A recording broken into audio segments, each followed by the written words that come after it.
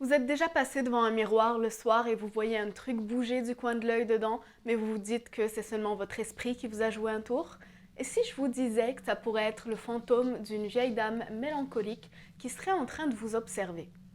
Eh bien, c'est ce qui est arrivé à Willow, et voilà son histoire. Très rapidement, avant d'entrer dans le vif du sujet, je voulais vous annoncer qu'on est maintenant plus de 2000 personnes sur la chaîne, donc je vous remercie infiniment pour votre soutien, ça me rend vraiment heureuse de savoir que vous aimez mon contenu. Et pour l'occasion, j'ai décidé d'enfin ouvrir un compte Utip, et oui, donc vous pouvez aller me soutenir là-dessus gratuitement en regardant une petite publicité si ça vous dit. Si jamais vous avez quelques secondes de votre temps, et vous pouvez aller me soutenir par là, et sinon, c'est pas plus grave. On se lance dans l'histoire. Tout a commencé quand Willow avait 5 ans. Elle a commencé à avoir des cauchemars sur une vieille dame qui n'aurait aucun visage et qui porterait un voile de nonne, de bonne sœur, complètement noir. Apparemment, cette dame sortirait du miroir qui était situé à l'entrée de sa maison, juste à côté de la porte d'entrée, qui elle-même était tout près de la porte de sa chambre. La dame apparemment n'essayait pas d'atteindre Willow, mais essayait d'atteindre sa sœur, qui dormait dans la même chambre qu'elle. Au départ, tout ça se passait dans ses rêves, mais elle sentait toujours la présence de la dame quand elle se trouvait dans le couloir où il y avait le miroir, et elle était tellement effrayée d'aller dans la salle de bain en plein milieu de la nuit, par peur de voir cette dame. Elle sentait sa présence, une présence lourde et terrifiante. Bien sûr, elle en a parlé à ses parents, mais tout le monde a cru que c'était simplement l'imagination d'une petite fille de 5 ans et n'y a pas prêté plus attention. Ce manège a continué pendant très longtemps, où Willow avait un cauchemar, se réveillait, voyait la dame au pied de son lit, essayait de rationaliser ça en se disant qu'elle n'était peut-être pas complètement réveillée, qu'elle était toujours en train de rêver, mais malgré tout elle était terrifiée et se roulait donc en boule sous sa couverture, fermait très fort les yeux et attendait que le matin arrive enfin parce qu'il était impossible pour elle de se rendormir dans ces conditions. Plus le temps est passé, plus Willow s'est habituée à la présence de cette dame au pied de son lit et a commencé à beaucoup moins la craindre. Ça continuait toujours évidemment les cauchemars, elle se réveillait, elle voyait la dame, mais elle ne se roulait plus en boule sous sa couverture pour se cacher, elle allait tout simplement se rendormir tranquillement. Quand Willow avait 11-12 ans, sa sœur, qui à l'époque avait 6-7 ans environ, a commencé à voir également cette dame. Elle la voyait aussi au pied de son lit, mais également à l'entrée de la chambre, dans le couloir en fait, puisque la porte de la chambre était juste devant le lit de sa sœur, donc elle pouvait la voir directement quand elle était dans le couloir en train de l'observer. Willow et sa sœur ont développé toutes les deux une très grande peur des miroirs, puisque toutes les deux faisaient le même rêve où cette dame sortait du miroir qu'il y avait dans leur couloir.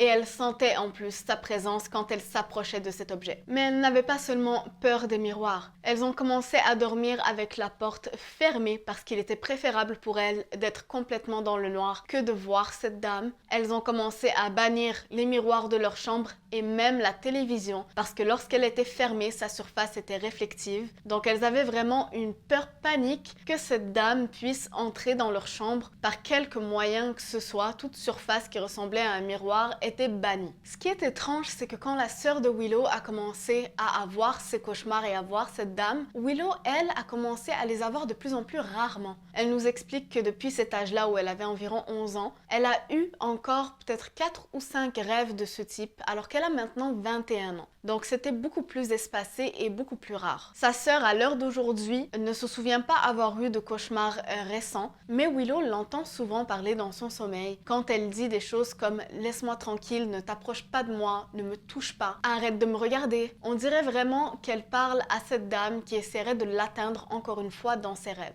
Willow, bien sûr, ça la faisait flipper, mais au bout d'un moment, elle a commencé, comme toute chose, à s'habituer. Et elle a laissé passer ça sans y faire plus attention. Une chose encore plus étrange, c'est que quand Willow et sa sœur sortaient de l'appartement, elle fermait toujours la porte à clé. Mais à chaque fois qu'elle revenait, elle trouvait la porte ouverte. C'est ce qui arrivait également le soir quand elles allaient se coucher. La porte était fermée à clé et le matin quand elles se réveillaient pour sortir, la porte d'entrée était ouverte. Sa sœur et elle ont commencé à devenir un petit peu insensibles à ce genre de manifestations.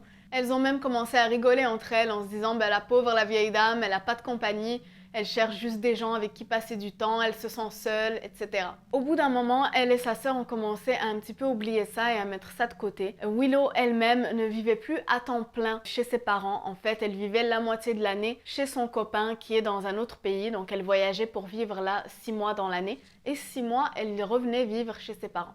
Donc toutes ces histoires étaient un petit peu loin de son esprit, jusqu'à ce qu'un jour, à 6 heures du matin, leur père vienne les réveiller en sursaut pour leur demander à quoi ressemblait le fantôme qu'elles voyaient quand elles étaient petites. Elles lui ont décrit que c'était une dame qui semblait ne pas avoir de visage, puisque l'espace où devrait être son visage semblait d'un noir intense, complètement vide, elle ne pouvait rien décrypter de ça, et qu'elle semblait porter un habit de nonne. Là, leur père leur a dit quelque chose qui les a vraiment surprises, puisqu'il y a un détail dont elle ne lui avait jamais parlé, c'était la taille de cette dame. Cette dame est petite de taille. Leur père leur a dit qu'il venait de voir au pied de son lit une dame qui faisait telle taille et qui était habillée de la même façon que les filles ont décrite et qui n'avait également pas de visage. Il leur a dit que cette dame était au pied de son lit en train de le regarder dormir apparemment, et quand il a ouvert les yeux, elle est restée là quelques secondes à le fixer, puis a disparu. Les filles étaient évidemment choquées, mais très excitées parce qu'enfin leur père les croyait, parce qu'on se souvient qu'elles ont cette expérience depuis qu'elles sont toutes petites et malheureusement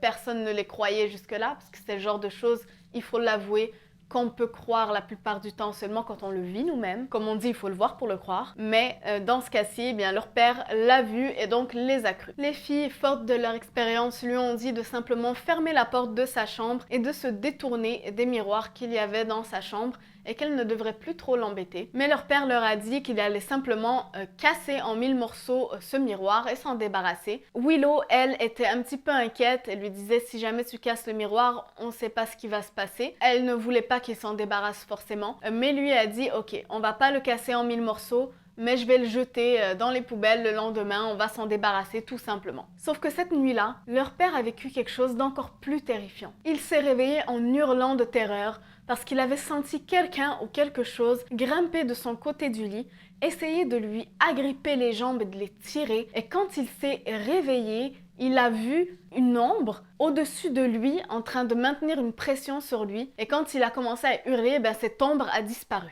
Willow est maintenant très effrayée que ce soit la dame du miroir qui a essayé d'attaquer son père parce qu'il avait menacé de se débarrasser d'elle. Son père veut absolument toujours se débarrasser de ce miroir, mais Willow a peur que s'il le brise en 1000 morceaux, la dame soit encore plus en colère et fasse quelque chose de vraiment mal. Qu'est-ce que vous pensez que Willow devrait faire dans ce cas-ci? Convaincre son père de garder le miroir et de ne pas le toucher, tout en ayant le risque que cette dame, ce fantôme, soit toujours là parmi eux, ou prendre le risque de casser ce miroir, de le jeter, et de peut-être mettre en colère un esprit qui pourrait être très dangereux pour leur sécurité. Dites-moi en commentaire ce que vous auriez fait à sa place. Si vous avez aimé la vidéo, n'hésitez pas à la liker et à la partager. Abonnez-vous également si ça vous dit pour voir toujours plus de contenu paranormal, effrayant et touchant toutes les choses mystérieuses de cette vie. Je vous remercie encore de me suivre toujours attentivement sur cette chaîne. Vous êtes maintenant plus de 2000 personnes à suivre mes vidéos et ça me rend tellement heureuse de savoir que mon contenu vous plaît, que vous êtes toujours au rendez-vous. Et surtout, n'oubliez jamais le plus important, soyez toujours bienveillants et continuez de briller de mille feux.